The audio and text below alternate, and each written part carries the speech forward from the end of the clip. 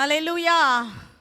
கர்த்தருடைய பரிசுத்த நாமத்துக்கு மகிமை உண்டாவதாக. உங்கள் அனைவருக்கும் ஆண்டவர் இயேசுவின் நாமத்தினால் புது வருட வாழ்த்துக்களை தெரிவித்துக் கொள்கிறேன். கர்த்தர் உங்களை ஆசீர்வதிப்பாராக.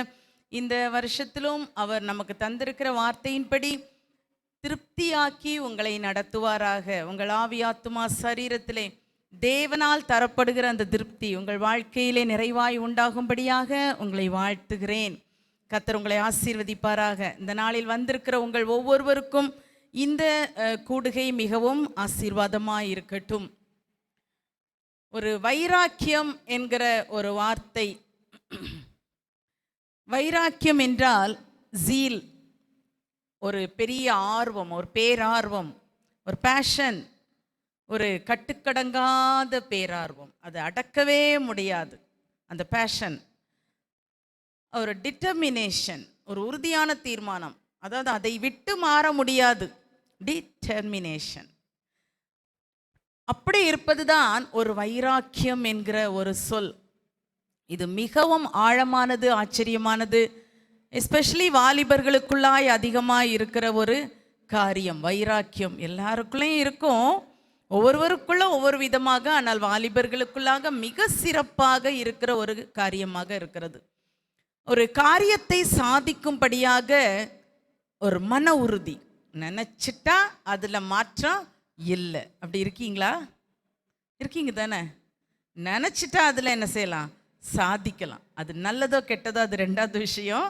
ஆனால் என்ன ஆயிடுது, நினச்சிட்டா அதை நடத்தி முடிச்சிடுறது. கையில் மொபைல் இருக்குது, இதெல்லாம் பார்க்கக்கூடாது, இதெல்லாம் செய்யக்கூடாது, இதுக்கெல்லாம் யூஸ் பண்ணக்கூடாது அப்படின்னு நிறையா தெரியும். ஆனால் மனசில் ஒரு பேரார்வம் எழும்பி வரும். எப்படியாவது கொஞ்சம் பார்க்கணும். என்ன ஆயிடுது, நினச்சிருக்கிறது, அறிந்து கொண்டது, தெரிந்தது நல்லதல்ல என்று தெரிந்தால் கூட என்ன பண்ணிடுறோம், பார்த்துடுறோம். அப்போ அதுவும் என்னதான், அங்கே ஒரு வைராக்கியம் செயல்படுது, ஒரு பேரார்வம் வந்து விடுகிறது. சரி, இப்படி ஏதோ ஒரு விதத்தில் நினைத்த காரியத்தை சாதிக்க மனதில் எழும்புகிற ஒரு விஷயந்தான் ஒரு மன உறுதி அல்லது ஒரு விடாப்பிடி. அந்த காரியம்தான் வைராக்கியம். ஆனால் நமக்கு நல்லா தெரியும், எல்லாருக்குமே தெரிந்தது தான், நல்லவைகளுக்காக வைராக்கியம் கொள்ள வேண்டும். சரிதானே நான் சொல்கிறது? நல்ல காரியங்களுக்காக வைராக்கியம் உள்ளத்தில் எழும்ப வேண்டும். வைராக்கியம் வேணும். ஏதோ கிடைச்சா கிடைக்குது, இல்லாட்டி போகுது, நடந்தா நடக்குது, இல்லாட்டி போகுது, என்னமோ பண்ணுவோம். அப்படி நம்ம இருந்தோம்னா எதுவுமே செய்ய முடியாது. ஒவ்வொரு நாள் முடித்த உடனே அன்னைக்கு நைட்டு நீங்கள் ரொம்ப டிஜெக்டடாக, விரக்தியாக ஃபீல் பண்ணுறீங்களா, இல்லை சந்தோஷமாக இருக்கிறீங்களா, இல்லை அப்படி ஏதோ சரி ஏதோ நான் நடத்திட்டேன், செஞ்சிட்டேன் அப்படி நினைக்கிறீங்களா, இல்லைன்னா இன்னைக்கு என் வாழ்க்கை ரொம்ப நல்லதாக நான் முடிச்சிட்டேன், இந்த டே எனக்கு நல்ல முறையில் போச்சுது, நான் நினைத்த காரியங்களை அழகாக செய்து முடித்தேன். உங்களுக்கு இருக்க வேண்டிய வைராக்கியம் மிக முக்கியமாக, நீங்கள்லாம் ஒரு குடும்பத்தில் வளர்ந்து கொண்டு இருக்கிறீர்கள், இல்லை ஒரு வீட்டில் இருக்கிறீங்க, பைபிள் காலேஜ் ஸ்டூடெண்ட்ஸ், நீங்கள் ஒரு ஹாஸ்டலில் தங்கி இருக்கிறீங்க, ஏதோ நீங்கள் சிலரோடு சேர்ந்து இருக்கிறீங்க. உங்களுக்கு உங்களுடைய குடும்பத்தை குறித்து, அதை குறித்த ஒரு வைராக்கியம். என்ன வைராக்கியம்? நான் இருக்கிற இடத்துல நல்லா இருக்கணும், எல்லாரோட சந்தோஷமாக இருக்கணும், நல்லா இருக்கணும், நல்லா பழகணும், நான் நல்லா யாரையுமே டிஸ்டர்ப் பண்ணாமல் நல்லா வாழணும். இந்த காரியத்தில் இதில் ஒரு நல்ல டிட்டர்மினேஷன் நமக்குள்ளே இருக்கணும்.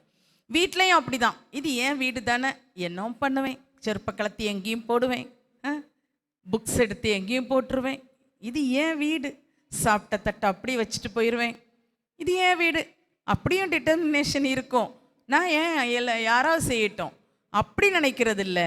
இதுலேயும் எனக்கு சில ஒழுங்குகள் இருக்கிறது, நான் வாழ்வதற்கான சில வழிமுறைகள் இருக்கிறது. ஸோ நான் அதுலேயும் நல்ல ஒரு வாழ்க்கை வாழ்வேன். இதில் ஒரு நல்ல டிட்டர்மினேஷன், ஒரு தீர்மானம், இல்லை அதில் ஒரு வைராக்கியம் உள்ளத்தில் இந்த நல்ல விஷயங்களில் எழும்ப வேண்டும்.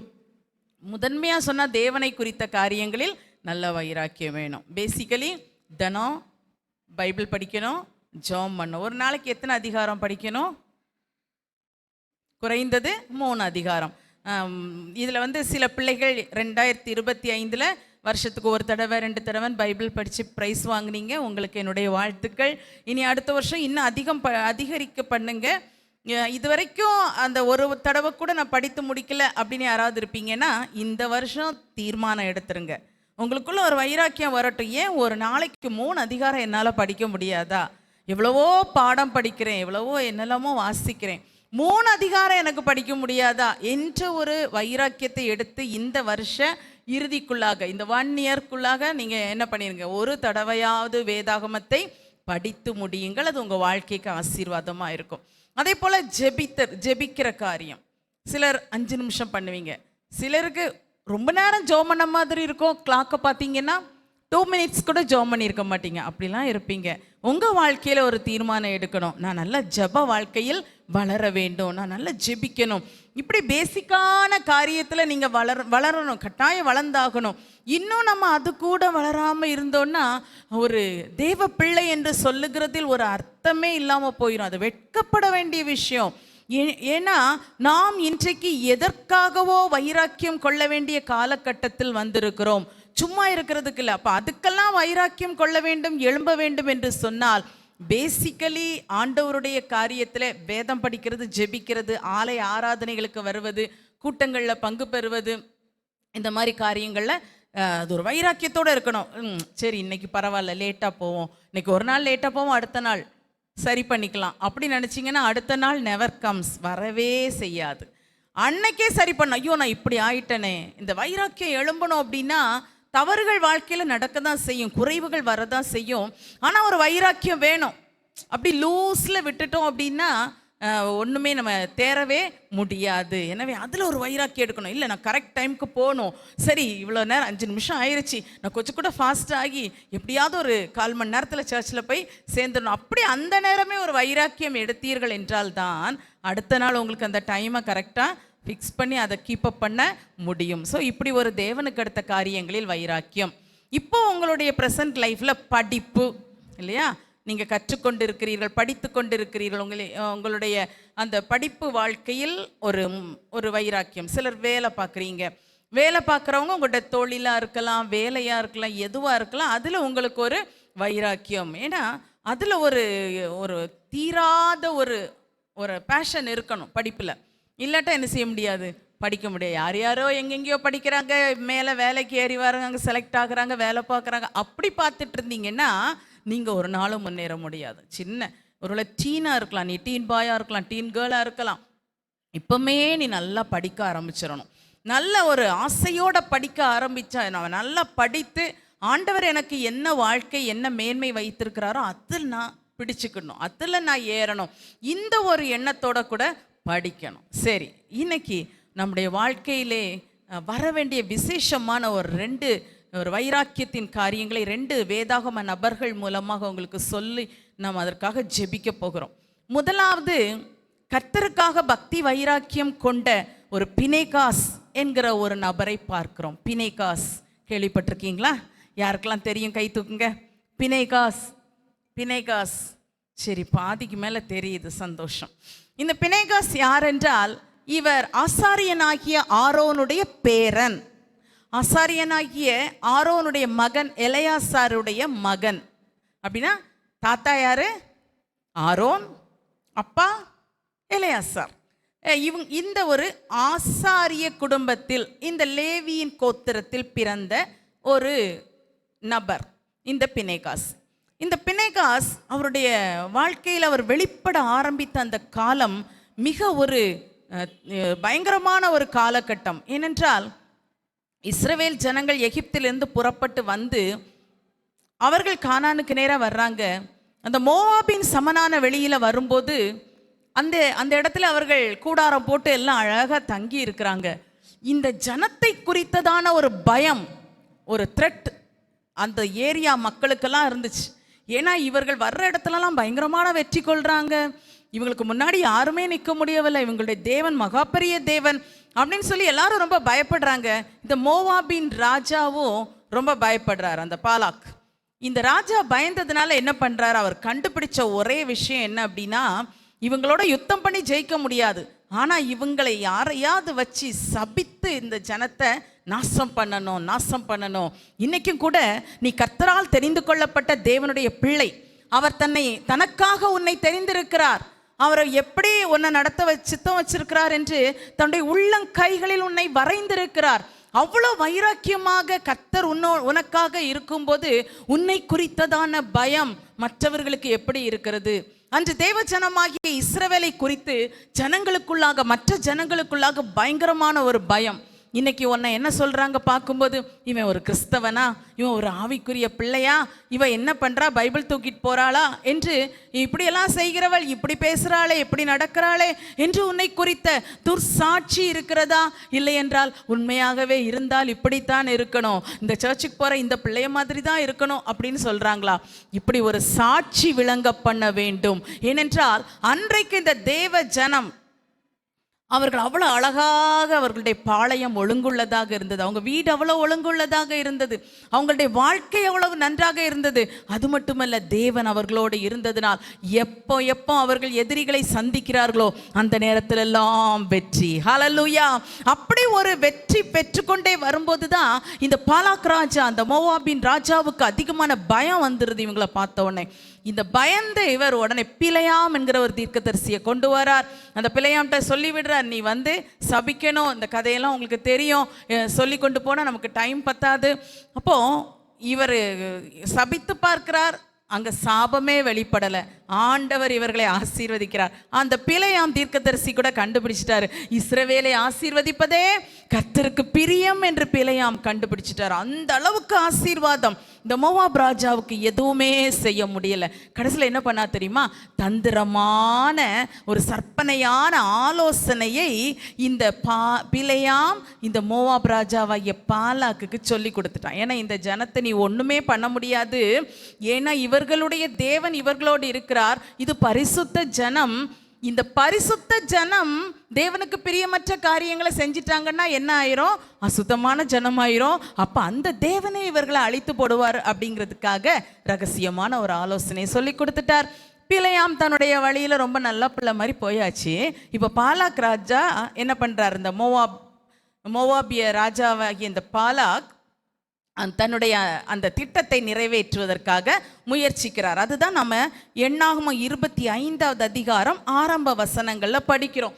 அவன் தன்னுடைய அந்த மோவாபிய பெண் பிள்ளைகளை அவர்கள் அது வேசித்தனம் பண்ணுகிறதற்காக ஒரு காரியங்களை உருவாக்கி பலி விருந்துக்கு இந்த இஸ்ரவேல் ஜனங்களை அழைத்து எப்படியோ வேசித்தனம், விக்கிரக ஆராதனை என்கிற தீமைகளுக்குள்ளாக தேவ ஜனத்தை அப்படியே ஸ்லிப் பண்ணி போகும்படியாக செய்து விடுகிறார்கள். இன்றைக்கும் உன்னைய பார்த்த உடனே நிறைய பேருக்கு, நீ உனக்கு தெரியுதோ இல்லையோ, உன்னை பார்க்கும் போது பலருக்கு ரொம்ப த்ரெட், பயமா இருக்குது உள்ளத்துக்குள்ள. என்ன பயம்? மேலே எழும்பி வந்துருவானோ, பெரிய ஆளா ஆயிடுவாளோ, நல்லா படிச்சிருவாளோ, உயர்வு வந்துருமோ, இல்லை ஏதோ ஒரு விதத்தில், இல்லை எந்த விதத்திலையும் இழுக்க முடியாதோ, ஏதோ ஒன்று எப்பவும் ஆண்டவரே ஆண்டவரேன்னு சொல்லி ஆலயத்துக்கு போகிறது, வேதம் படிக்கிறது, நல்ல பிள்ளையா இருந்துகிட்டு இருக்கிறானே என்று சொல்லி அவ்விதமான ஒரு எண்ணம் இருக்குது. இதை கொண்டு போடுறதே பிசாசு தான். பல மனுஷர்களுக்குள்ள கொண்டு போட்டு தான் மந்திரவாத கிரியைகள், பில்லி சூனிய கிரியைகளை செய்து உங்களை மாதிரி பிள்ளைகளை அழிவுக்கு நேராக இழுக்க, உங்க வாழ்க்கைகளை சீரழிக்கும்படி சாத்தான் நிறைய முயற்சிகளை எடுக்கிறான். ஏன்னா அவன் இந்த உலகத்தின் அதிபதி. நாம் அந்த உலகத்தில் இருக்கிறதுனால நம்மோடு போராடுவதற்கான முயற்சிகள் அவன் செய்ய முடியும். ஆனால் நாம் இடம் கொடுக்காத, நீங்கள் இடம் கொடுக்காத பட்சத்தில் அவன் உங்களை தொட முடியாது. ஹல்லேலூயா, ஹல்லேலூயா. ஆண்டவர் சொல்லியிருக்கிறார், உன்னை தொடுகிறவன் என் கண்மணியை தொடுகிறான். சில நேரத்தில் சில காற்று அடிக்கிற மாதிரி இருக்கும், சில கஷ்டங்கள் வர்ற மாதிரி இருக்கலாம், சில சோதனைகள் வருகிறது போல இருக்கும். ஆனால் அந்த நேரத்தில் நீங்கள் அப்படியே தளர்ந்து போகவோ விட்டு கொடுக்கவோ அந்த மாதிரி பண்ணிட்டீங்கன்னா அவங்கள அப்படியே சாத்தான் கவர் பண்ணுறதுக்கு ரொம்ப ஈஸி ஆகிடும். ஆனால் நீங்கள் தேவனோடு உள்ள ஐக்கியத்தில் உறுதியாக இருப்பீர்கள் என்றால், நான் சொன்ன மாதிரி பேசிக்கலி பைபிள் படிக்கிறது, ஜெபம் பண்ணுறது, ஆண்டவருடைய வேதத்தின்படி நடந்து கொள்ளுகிறது, கர்த்தருடைய ஆராதனைகளுக்கு வருவது, இந்த ஒரு நல்ல ஃபெலோஷிப், தேவனோடும் தேவ பிள்ளைகளோடும் நல்ல ஃபெலோஷிப் இருக்கும்போது உங்கள் வாழ்க்கையை சத்துரு தொடவே முடியாது. ஹல்லேலூயா. ஏனென்றால் நீங்கள் தேவனால் அழைக்கப்பட்ட பரிசுத்த ஜனம். மற்றவர்களை பார்க்கிலும் உங்களுக்கு ஒரு விசேஷம் உண்டு. ஏனென்றால் தேவன் நம்மோடு இருப்பதே பெரிய விசேஷம் இல்லையா? தேவன் நீர் எங்களோடு இருப்பது தான் தேவனே, நாங்கள் எதனால் விசேஷித்தவர்கள்? நீர் எங்களோடு இருக்கிறதுனால தான் நாங்கள் விசேஷித்தவர்கள். நீங்கள் ரொம்ப ஸ்பெஷல். ஆண்டவர் அப்படி விட்டு கொடுக்க மாட்டார். சிலருக்கு பயமா இருக்கும், எனக்கு இப்படி ஒரு பிரச்சனை இருக்குது, இந்த மாதிரி ஒரு மோதல் இருக்கிறது, இப்படி ஒரு கண்ணி எனக்கு முன்பாக வைக்கப்பட்டிருக்குதே, நான் எப்படி தப்பிப்பேன், நான் என்ன பண்ணுவேன் அப்படின்னு சொல்லி நீங்க பயப்பட வேண்டிய தேவையில்லை. அதை அப்படியே ஆண்டவர் இடத்துல தெரியப்படுத்துங்க. ஆண்டவரை என்ன உமக்குள்ளாய் பலப்படுத்தும், உறுதிப்படுத்தும், காத்துக்கொள்ளும் என்று கேளுங்க. ஆனால் இந்த இஸ்ரவேல் ஜனங்கள் அந்த மோவாபின் சமனான வெளியிலே அவங்க ரொம்ப ரிலாக்ஸா இருந்துட்டாங்க, ரொம்ப மெத்தனமா இருந்துட்டாங்க. அவங்க அந்த மோவாபிய பெண் பிள்ளைகள் அவங்களோட வேசித்தனம் பண்ண ஆரம்பிச்சாங்க. அவங்களுடைய தெய்வங்கள் விக்கிரகங்களுக்கான பலி விருந்துகளுக்கு அழைக்கும் போது அங்கே போனாங்க. இன்னைக்கு உங்கள் ஃப்ரெண்ட்ஷிப் எப்படி இருக்குது பிள்ளைகளே? யாரோடு நீங்கள் ஐக்கியமாக இருக்கிறீர்கள்? எல்லாரோட நம்ம சகஜமாக பழகணும். ஏன்னா அப்படிப்பட்டவங்க மத்தியில் தானே வாசமாக இருக்கிறோம். எப்பவும் சர்ச்லேயே நம்ம இருக்கலையே. சர்ச்சில் இருந்தால் கூட சின்ன சின்ன இதுகள் வருது. ஆனால் கூட தேவ பிரசன்னத்துக்குலாம் இருக்கும்போது அது ஒரு தைரியம், ஒரு விசேஷம். ஆனால் உலகத்தில் நீங்கள் படிக்க போகிறீங்க, சமுதாயத்தில் பழகுறீங்க, ஒரு கடைக்கு போகிறீங்க, பஸ்ஸில் போகிறீங்க, பலரோடு நீங்கள் பழகுகிறீர்கள். அப்படி இருக்கும்போது அவர்களோட ஐக்கியம் கொள்ளாதிருங்கள். உங்கள் ஃபெலோஷிப் ஆண்டவருடைய பிள்ளைகளோடு இருக்கட்டும். மற்றவங்களோட உங்களுக்கு ஒரு ஃப்ரெண்ட்ஷிப் இருக்கட்டும். உங்களுக்கு ஒரு படிக்கிறீங்கன்னா அதுக்கு ஹெல்ப்புக்கு தேவை, ஒரு பேச்சு பழக்கத்துக்கு தேவை, இப்படி சில இதுகள் இருக்கு இல்லையா? அதனால அவர்களோட ஐக்கியமாக கலந்து விட வேண்டாம். இந்த சாட்சியில் நம்ம கேட்டோம், அவர்களெல்லாம் பல ஃபெஸ்டிவல்ஸ், பல கூட்டங்கள், பல ஃபங்க்ஷன்ஸில் ரொம்ப சந்தோஷமாக இருப்பாங்க. ஆனால் தேவ பிள்ளைகளுக்கு அப்படி இருக்கும்படியான ஒரு அனுமதி இல்லை. அதை நினச்சிக்கணும். உங்கள் வீட்டில் சில வீடுகளில் இப்படி தான், அதோட சில காரியங்களில் மிங்கிள் பண்ண விட மாட்டாங்க. உங்களுக்கு ரொம்ப கஷ்டமாக இருக்கும். கேட்பீங்க, ஏன் எனக்கு மட்டும் ஏன் நீங்கள் பெர்மிஷன் தரலன்னு கேட்பீங்க. 2 தடவை கேட்டு பாருங்க. வேண்டான்னு சொல்லிட்டாங்களா, அப்புறம் வேண்டான்னு நீங்கள் விட்டுருங்க. அதுக்கு மேலே போய் பிடிக்காதீங்க. நான் சொன்ன இந்த தீர்க்கதரிசி பிழையாம், அவர் ஆண்டவர் முதல்ல சொன்னார், நீ அங்கே போய் ஜனத்தை சபிக்க போகாத அப்படின்னு சொன்னார். இவருக்கு செகண்ட் டைம் பாலாக் ராஜா ஆள் அனுப்பி ரொம்ப கனம் பண்ணுவேன், பணம் தருவேன், பொருள் தருவேன்னு இவருக்கு கொஞ்சம் ஒரு ஆசை. திருப்பி போய் ஆண்டவர்கிட்ட கேட்டார். ஆண்டவர் என்ன சொன்னார்? போ. அப்போ இப்படி தான், அதாவது ஆண்டவருடைய பெர்ஃபெக்ட் வில் ஆஃப் காட் அப்படிங்கிறது ரொம்ப முக்கியம். அந்த பெர்ஃபெக்ட் வில் ஆஃப் காட் எப்போ வெளிப்படும்? First time.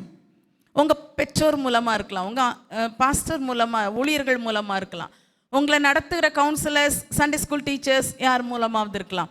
அந்த பெர்ஃபெக்ட் வில் ஆஃப் காட் அது முதல்ல வெளிப்படும். அதுக்கப்புறம் உங்களுக்கு சில காரியத்தை விடவே மனசு இருக்காது, திருப்பி கேட்பீங்க. அப்புறம் என்ன சொல்லுவாங்க? போனா போ. அது என்ன? Permissive will of God. ஆண்டவர் ஒரு பெர்மிஷன் கொடுக்குறார். சரி போ. அங்கே போய் என்ன ஆச்சுது? பிலேயாமுக்கு போகிற வழியெல்லாம் பாடுதான்.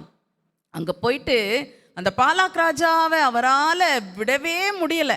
அதனால திரும்ப போய் ட்ரை பண்ணி கடைசியில் முடியாதுன்னு என்ன பண்ணிட்டாரு?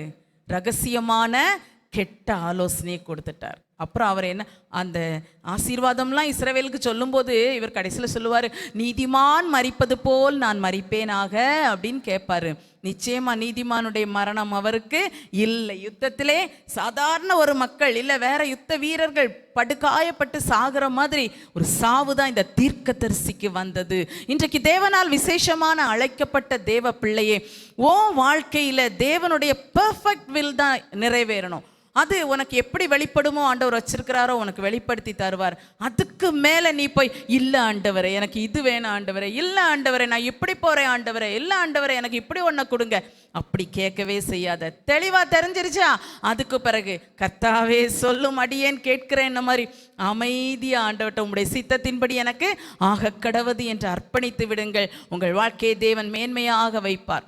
அன்னைக்கு இந்த இஸ்ரவேல் ஜனங்கள் இப்படி அழிவுக்குள்ள போன உடனே அதனால் வாதை உண்டானது. கர்த்தரால் விடப்பட்ட பொல்லாத வாதை அந்த ஜனங்களுக்குள்ளாக பயங்கரமாக வந்தது. இப்போ ஜனங்கள் அதிகமாக செத்து கொண்டு இருக்கிறார்கள்.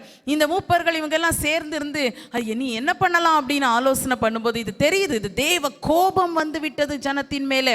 ஏனென்றால் இவர்கள் விக்கிரக ஆராதனை, வேசித்தனம் என்கிற தேவனுக்கு பிரியமற்ற பாவத்துக்குள்ள போயிட்டாங்க. தேவ கோபம் ஜனத்தின் மேலே ஊற்றப்படுது. இதை பேசிக்கிட்டு இருந்திருப்பாங்க எல்லாரும். கர்த்தருடைய அந்த ஊழியர்கள், மூப்பர்கள், இவர் ஆசாரியர்கள்லாம் இருந்திருக்கிறாங்க. அந்த இடத்துல இதே போல இந்த பாவத்துக்கு உடன்படும்படிக்கு அந்த ஒரு ஸ்திரீ, ஒரு மீதியானிய ஸ்திரீயாகிய கஸ்பி என்பவளும் 2 பேரும் புறப்பட்டு போகிறாங்க. போகிறத பார்த்த உடனே இந்த பினெகாஸ் அந்த கூட்டத்திலிருந்து எழுந்தான். அவனுக்குள்ளாக ஒரு தேவ வைராக்கியம் வந்தது, கர்த்தருக்கான ஒரு வைராக்கியம். ஏன் தேவஜனங்கள் அழுகிறார்களே, ஏன் அழுகிறாங்க? பாவம் செஞ்சதுனால அழுகிறாங்க. இவன் ஒரு பரிசுத்தமானவனாக அந்த இடத்துல இருக்கிறான். இவனுக்குள்ளாக ஒரு அக்கினி, ஒரு வைராக்கியம் பற்றி எரிகிறது. ஓ, இப்படிப்பட்ட ஒரு வாதை நிறுத்தப்பட வேண்டுமானால், தேவ ஜனத்துக்கு வருகிற அழிவு நிறுத்தப்பட வேண்டுமானால், தேவ ஜனம் பாவத்தை விட்டு வெளியே வர வேண்டுமானால், நான் இதற்காக எழும்ப வேண்டும் என்று சொல்லி பினெகாஸ் எழும்பினான். சங்கீதத்தில் படிக்கிறோம், பினெகாஸ் எழுந்து நின்று நியாயம் செய்தான், அப்பொழுது வாதை நிறுத்தப்பட்டது. அவன் அப்படியே போனான்.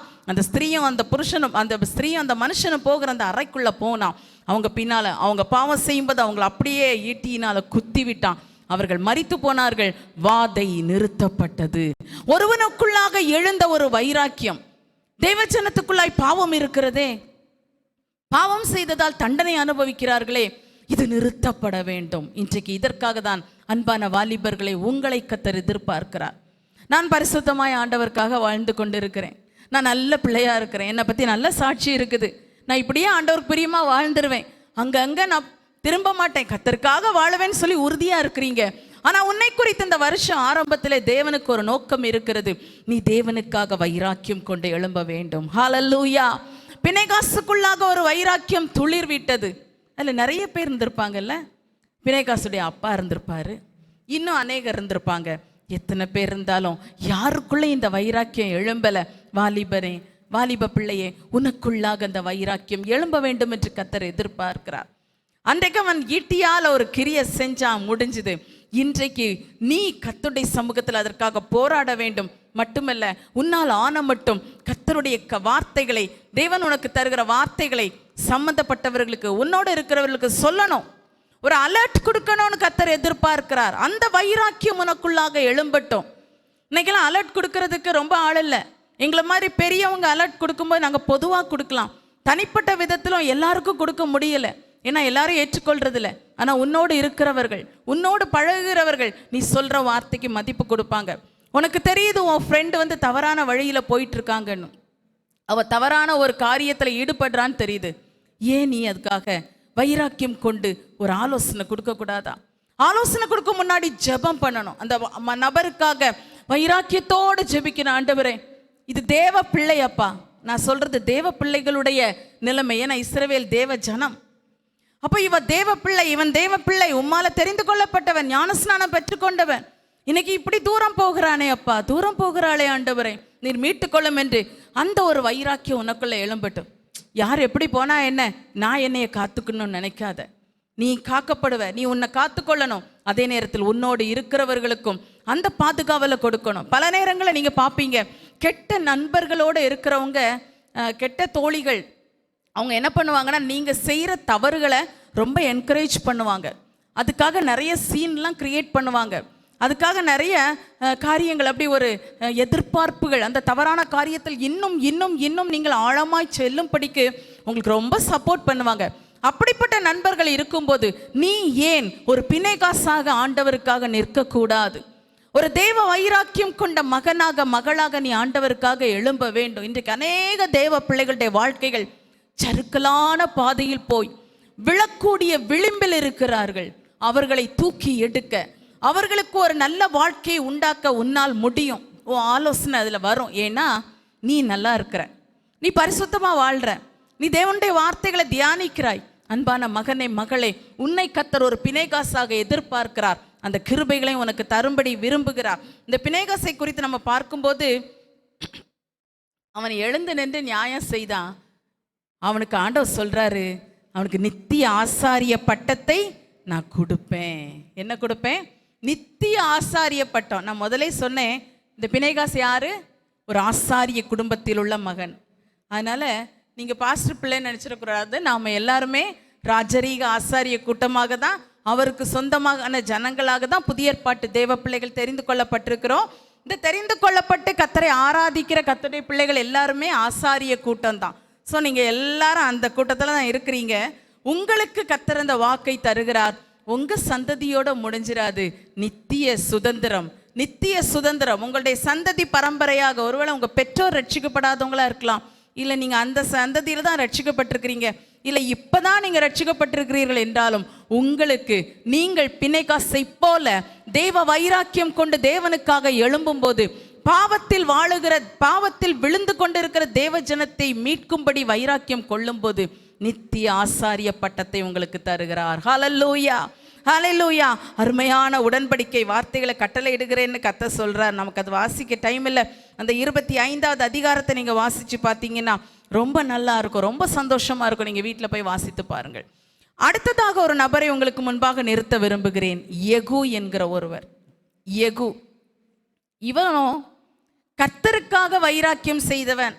2 ராஜாக்கள் 9வது அதிகாரம் 10வது அதிகாரத்தில் நம்ம இதை குறித்து படிக்கிறோம். ஸ்பெஷலாக 9வது அதிகாரம் 7 முதல் 10 வரை உள்ள வசனங்களில் இந்த காரியம் மிக அழகாக சொல்லப்பட்டிருக்கிறது. 2 ராஜாக்கள் 9வது அதிகாரம் அதனுடைய 7வது வசனத்திலிருந்து 9 வரைக்கும் எதற்காக இவரை தெரிந்து கொண்டார், இந்த யெகூவை தேவன் எதற்காக தெரிந்து கொண்டார் என்பதை சொல்லி இருக்குது. இந்த யெகூ நம்ம பிணைகாசை பார்த்தோம், அவர் யாரு, ஒரு ஆசாரிய வம்சத்தில் வந்திருக்கிறார், லேவி கோத்திரம். ஆனால் இந்த யெகூவை பார்க்கும்போது அவர் கோத்திரத்தை குறித்து சரியாக சொல்லப்படல. ஆனால் ஒரு சேனாபதி, அதாவது ஒரு அந்த யுத்த வீரர்களுக்கு ஒரு தளபதி போல, அப்படி ஒரு சேனாபதியாக, சேனைக்கு அதிபதி அந்த இஸ்ரவேலிலே அவர் இருக்கிறார். அப்போ இந்த ஒரு நிலைமையில தான் ஆண்டவருடைய தீர்க்க தரிசனத்தின்படி இவர் அபிஷேகம் பண்ணப்படுகிறார். இந்த யெகூ ராஜாவாக அபிஷேகம் பண்ணப்படுறார். அந்த நேரம் தான் ஆண்டவர் தீர்க்கதரிசி மூலம் சொன்ன வார்த்தை தான் 7 முதல் 10 வரை உள்ள வசனங்களை நம்ம அதில் சொல்லப்பட்டிருக்கிறது. இது என்ன அப்படின்னு பார்த்தா, இவருக்குள்ளாக ஒரு கர்த்தருடைய வைராக்கியம். அவர் யோனதாப் அப்படிங்கிற ஒருத்தரை வழியில் பார்க்கும்போது அவர் சொல்லுகிற காரியத்தை நம்ம கூட 10வது அதிகாரத்திலே அதை பார்க்கிறோம். அதில் சொல்றார், 10வது அதிகாரம் 16வது வசனத்திலே, நீ என்னோட கூட வந்து கர்த்தருக்காக எனக்கு இருக்கிற பக்தி வைராக்கியத்தை பார் என்றான். அந்த யோனதாப் இவருக்கு ஒரு ஃப்ரெண்ட் போல இருக்கு. அந்த யோனதாப்கிட்ட சொல்றார், நான் ஆண்டவருக்காக கர்த்தருக்காக செஞ்சிருக்கிற பக்தி வைராக்கியத்தை பார் அப்படின்னு. இங்க என்ன விஷயம் அப்படின்னா, இஸ்ரவேல் ஜனங்கள், தேவ ஜனங்கள், இவர்கள் அந்த ராஜாக்களின் காலம்.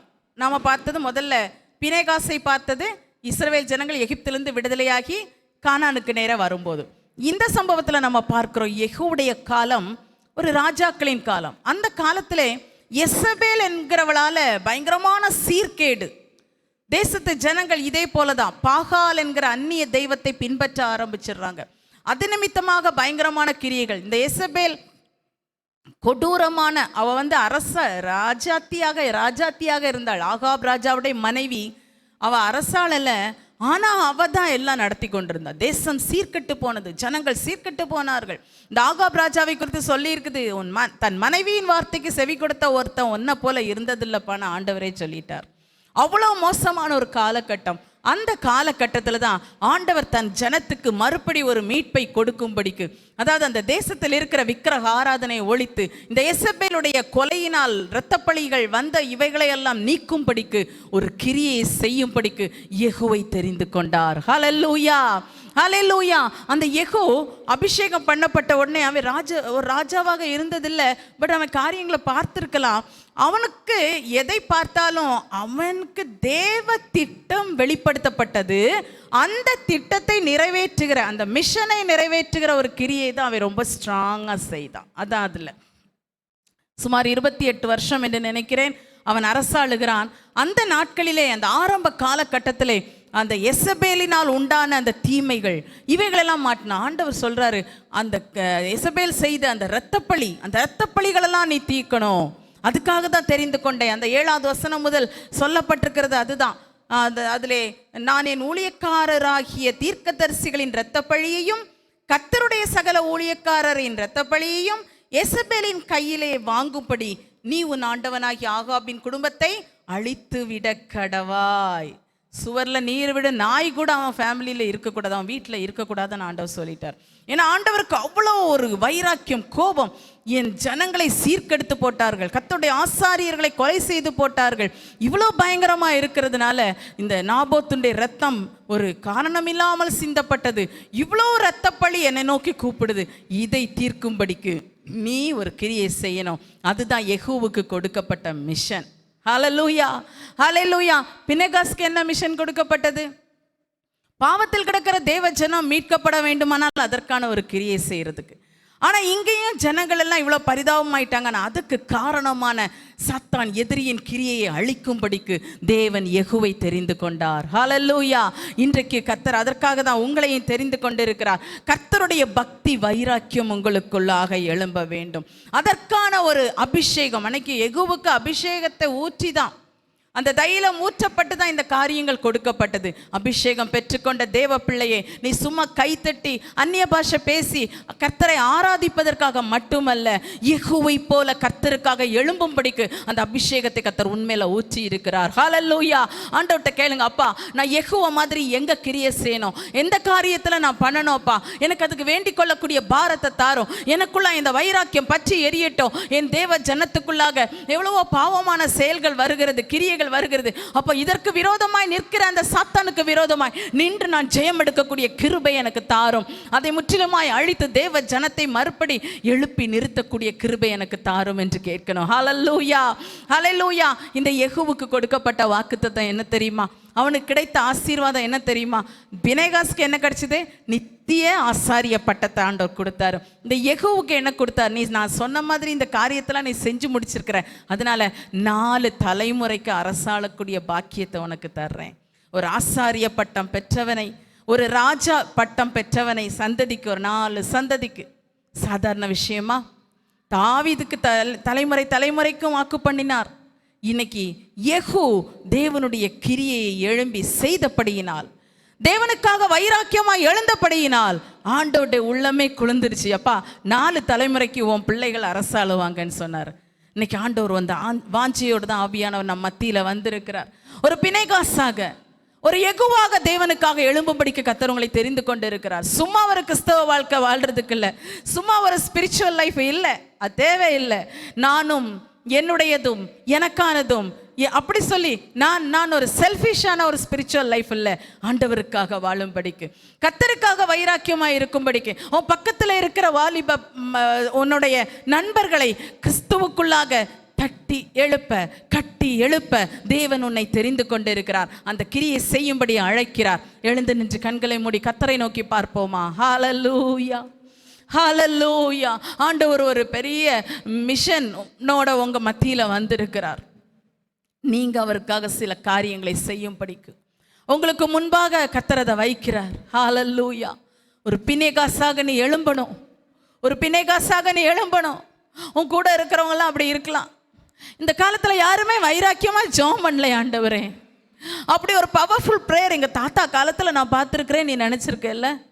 அப்போல்லாம் அப்படி ஜெபம் பண்ணுவாங்க. நான் இப்போ எல்லாம் அப்படி இல்லையே அப்படி நீ நினைக்கிறல்ல? நீ தான் பினேகாஸ். நீ ஆண்டவருக்காக எழும்பணும். நீ ஜெபம் பண்ண ஆரம்பி. ஓ வாலிப குழுவில், சனிக்கிழமை உபவாச ஜெபத்தில், ஞாயிறு ஆராதனையில் ஒரு பக்தி வைராக்கியத்தோட நீ ஜெபிக்கிற அந்த அனுபவம் உனக்குள்ள வரட்டும். நானும் என் ஆண்டவரும், நானும் என் தேவனும், நான் ஆண்டவருக்காக வாழ்கிறேன், ஆண்டவருக்காக வாழ்கிறேன். உன் வாய் திறந்து ஆண்டவர்கிட்ட பேசு, ஆண்டவர்கிட்ட பேசு. உனக்கு என்ன தோணுதோ அந்த வார்த்தையை நீ கேட்டிருக்கிற. கர்த்தருடைய ஆவியானவர் உனக்கு வார்த்தையை கொடுத்திருக்கிறார். இப்போ நீ பதில் சொல்லணும். ஆண்டவர்கிட்ட பேசு, ஆண்டவர்கிட்ட பேசு. அப்பா நான் பினேகாஸாக எழும்பணும் ஆண்டவரே, ஆனால் எனக்கு என்னன்னே தெரியல, ஆனால் நான் எழும்புவேன் ஆண்டவரே. தேவ ஜனத்துக்காக, என் நண்பர்களுக்காக, என் தோழிகளுக்காக, அவர்களுடைய ஆவிக்குரிய வாழ்வின் முன்னேற்றத்துக்காக எழும்ப முதலாவது என்னை தகுதிப்படுத்தும் அப்பா. நான் உங்களுக்கு பிரியமாக இருப்பேன், உங்களோட ஐக்கியமாக இருப்பேன் அப்பா. ஆனால் என்னையும் பினேகாஸை போல பயன்படுத்தும் அப்பா, பயன்படுத்த. Thank you Lord. உங்க தாத்தா சொல்றதை நீ கேட்டிருப்ப, என் பிள்ளைகள் சந்ததி பரம்பரையா கர்த்தரை சேவிக்கணும். உங்க அப்பா அம்மா ஜெபம் பண்றதை கேட்டிருப்பேன், நாங்கள் குடும்பமா சந்ததி பரம்பரையா உமக்காக வாழணும்னு சொல்லுவாங்க இல்லையா? உன் உள்ளத்திலே அது எழும்பட்டு. நித்திய ஆசாரிய பட்டத்தை கர்த்தர் உனக்காக வைத்திருக்கிறார். பினேகாசே, நீ கர்த்தருக்காக எழும்பு, வைராக்கியம் கொண்டு எழும்பு. உனக்குள்ள ஒரு ஆவியின் வைராக்கியம் வரட்டும். ஹல்லேலூயா. ஆவியின் வைராக்கியம் உனக்குள்ள எழும்பிச்சுன்னா கண்ணீர் வரும் கண்ணில் இருந்து. உன் மனசெல்லாம் ஆண்டவரை நோக்கி ஜெபிக்கும். இரவு நேரத்தில் உன் சொப்பனா அதுதான் வரும். என்ன வார்த்தை பேசணும்னு ஆண்டவர் உனக்கு சொல்லுவார். ஹல்லேலூயா, ஹல்லேலூயா. யெகூவை போல செயல்பட கர்த்தருக்காய் வைராக்கியமாய் எழும்ப நீ அழைக்கப்பட்டிருக்கிறாய். தேவ பிள்ளையே, நீ எந்த குடும்பத்தை சேர்ந்தாலும் சரி, யாரா இருந்தாலும் சரி, கர்த்தர் உன்னிடம் எதிர்பார்க்கிறார். எசபேலின் அக்கிரமத்தினால் தேசம் கெட்டு போய் விட்டது. தேவ ஜனத்துக்குள்ளாக அது லீக்காக ஆரம்பிச்சிருச்சு. அதை தடுத்து நிறுத்த உன்னால் முடியும். தேங்க்யூ லார்ட், தேங்க்யூ லார்ட், ஹல்லேலூயா. கர்த்தரை நோக்கி கேப்பாப்பா, அப்பா தேவ ஜனத்துக்கான ஒரு வைராக்கியத்தை எனக்கு தாரோப்பா. நாங்கள் இப்படி சீர்கட்டு போகக்கூடாது ஆண்டவரே. உம்முடைய வருகை சமீபமாக இருக்கிறதப்பா. எங்களுக்கு உம்முடைய கிருபையை ஊற்றுமப்பா. உமக்காக நான் எழும்புவேன் அப்பா. உமக்காக நான் பேசுவேன் ஆண்டவரே. உமக்காக நான் செயல்படுவேன் அப்பா. என் ஜனத்துக்காக உம்முடைய பாதத்தில் நான் ஜெபிப்பேன் அப்பா. என் நண்பர்களுக்காக நான் வேண்டிக் கொள்ளுவேன் ஆண்டவரே. உம்முடைய கிருபை கிருபை கிருபை கிருபை இதற்காக என்னை அர்ப்பணிக்கிறேன் அப்பா. ஹல்லேலூயா. எனக்காய் பேசிட நாவு வேண்டும், என்னை போல் அலைந்திட கால்கள் வேண்டும். எனக்காய் பேசிட நாவு வேண்டும், என்னை போல் அலைந்திட கால்கள் வேண்டும்.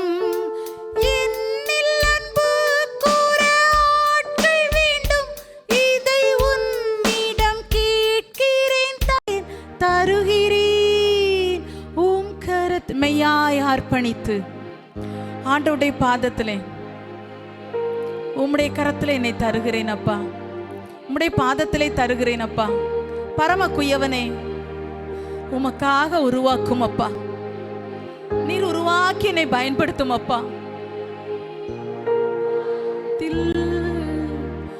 உருவாக்குமே என்னை, உருவாக்குமே உருவாக்குமே என்னை, உருவாக்குமே அப்பா. கர்த்தருக்காக ஒரு வைராக்கியம் உள்ள வாழ்க்கை வாழும்படி என்னை தருகிறேன் அப்பா. ஒரு பிணைகாசை போல, ஒரு எகுவை போல உமக்காக அப்பா. உமக்காக வைராக்கியம், உமக்காக வைராக்கியம். எல்லாரும் போற மாதிரி நான் போக மாட்டேன். எல்லாரும் சாஞ்சு போகிற மாதிரி சாஞ்சு போக மாட்டேன். எல்லாரும் வழுகி போகிற மாதிரி சறுக்கி போகிற மாதிரி நான் போகிறதுக்கு விரும்பலப்பா. நான் உங்களை பற்றி பிடித்து உம்முடைய கரத்துக்குள்ளாய் வாழ என்னை அர்ப்பணித்து இருக்கிறேன். ஆனால் என்ன உமக்கென்று வைராக்கியம் உள்ளவளாய், வைராக்கியம் உள்ளவனாய் செயல்படும்படி உங்கள் கரத்தில் எடுத்து என்னை பயன்படுத்தும் ஆண்டவரே. கிருபை தாங்கட்டும். ஹல்லேலூயா, ஹல்லேலூயா, ஹல்லேலூயா. எங்கள் பரிசுத்தமுள்ள நல்ல தகப்பனே, இந்த நல்ல வேலைக்காய் ஸ்தோத்திரம் ஆண்டவரே. இந்த கம்பைன் வர்ஷிப்பை மட்டுமாய் கர்த்தர் ஆசீர்வதித்தீர். எங்களோடு கூட நீர் பேசினதற்காய் ஸ்தோத்திரம். உடைய வார்த்தைகளின் நிமித்தமாக எங்களை சந்தித்திருக்கிறீர். விசேஷமாய் பிள்ளைகளும் கர்த்தருக்கென்று வைராக்கியம் உள்ளவர்களாய் எழும்பும்படிக்கு தொடர்ந்து இந்த வார்த்தைகளை இன்னும் எக்ஸ்பேண்ட் பண்ணி, இன்னும் எக்ஸ்ப்ளோர் பண்ணி பிள்ளைகளுக்கு கொடுங்க ஆண்டவரே. அவங்களுடைய வாழ்க்கை உமக்கு வைராக்கியம் உள்ளதாக எழும்ப வேண்டும் அப்பா. நாங்கள் வாழுகிற இந்த ஒரே ஒரு வாழ்க்கை உலகத்துக்காக அல்ல, உங்களுக்காக தான் வந்திருக்கிறோப்பா. ஆனால் அது ஒரு நல்ல வைராக்கியமாய் வாழும்படிக்கு நல்ல கிருபையை தாரும். கர்த்தருக்கான வைராக்கியம் எங்களில் பெருகும்படி கிருபை தாரும். உலக பிரகாரமான உலகத்திற்கு எடுத்த கெட்ட காரியங்களிலே வைராக்கியங்கள் ஒருவருக்கும் இல்லாதபடி காத்துக்கொள்ளும். யாருக்குள்ளையாத அப்படி காரியங்கள் இருக்குமானால் இயேசுவின் நாமத்தினால் அவைகள் அகன்று போவதாக ஒரு பெரிய ஜெயத்தை தாரும் ஆண்டவரே. உமக்கென்று வைராக்கியசாலிகளாய் எழுந்து உமக்காய் கனி கொடுக்க பலன்களை கொடுக்க கிருபை தாரும். மட்டுமல்ல, அந்த வைராக்கியசாலிகளுக்கு நீர் வைத்திருக்கிற பாக்கியங்களை நிறைவாய் பெற்று அனுபவிக்க உதவி செய்வீராக. இந்த நேரத்தில் விசேஷமாக இந்த ஆராதனையிலே யூத் வர்ஷிப்பில் இருக்கிற இந்த யூத் சிலருக்கு நீர் விவாக காரியங்களை ஒழுங்கு பண்ணி இருக்கிறீர். அதற்காய் ஸ்தோத்திரம் அப்பா. அப்பா, அவர்களுடைய வாழ்க்கையை ஆசீர்வதியும். வாலிப நாட்களிலே உமக்குள்ளாய் தங்களை காத்து கொண்டார்கள். எங்கள் பிள்ளைகளை இம்மட்டும் நீர் ஆசீர்வதித்தீரப்பா. உமக்கு சாட்சிகளாய் நிலைநிறுத்தினீர் ஆண்டவரே. இன்னும் இந்த பிள்ளைகளை ஆசீர்வதியும். அவர்கள் பிரவேசிக்க இருக்கிற குடும்ப வாழ்க்கையும் உமக்கு பிரியமானதாய், சந்தோஷம் உள்ளதாய், தேவநாமத்தை மகிமைப்படுத்துகிறதா இருக்கட்டும் அப்பா. அவர்களுடைய விவாக வாழ்க்கையின் மூலமாக அவர்களுடைய தனி வாழ்க்கை, குடும்ப வாழ்க்கை, சமுதாய வாழ்க்கை, அவர்கள் வேலை ஸ்தலம், ஊழிய காரியங்கள், சபை வாழ்க்கை எல்லாவற்றிலும் நன்மைகள், ஆசீர்வாதங்கள் உண்டாகும்படி அனுகிரகம் செய்யும். உடைய பிள்ளைகளை நாங்கள் வாழ்த்தி ஆசீர்வதிக்கிறோம். கிருபை உண்டாவதாக. இம்மட்டும் எங்களோடு கூட இருந்தீர். தொடர்ந்து கர்த்தர் வழி நடத்தும். இயேசுவின் நாமத்தில் கேட்கிறோம் ஜீவனுள்ள நல்ல பிதாவே, ஆமேன். என் ஆத்துமாவே கர்த்தரை ஸ்தோத்திரி, என் முழு உள்ளமே அவருடைய பரிசுத்த நாமத்தை ஸ்தோத்திரி. என் ஆத்துமாவே கர்த்தரை ஸ்தோத்திரி, அவர் செய்த சகல உபகாரங்களை மறவாதே. ஆமேன் ஆமேன். God bless you all. உங்களை கர்த்தர் தமக்கென்று வைராக்கியசாலிகளாய் நிலைநிறுத்துவாராக. ஆமேன் ஆமேன்.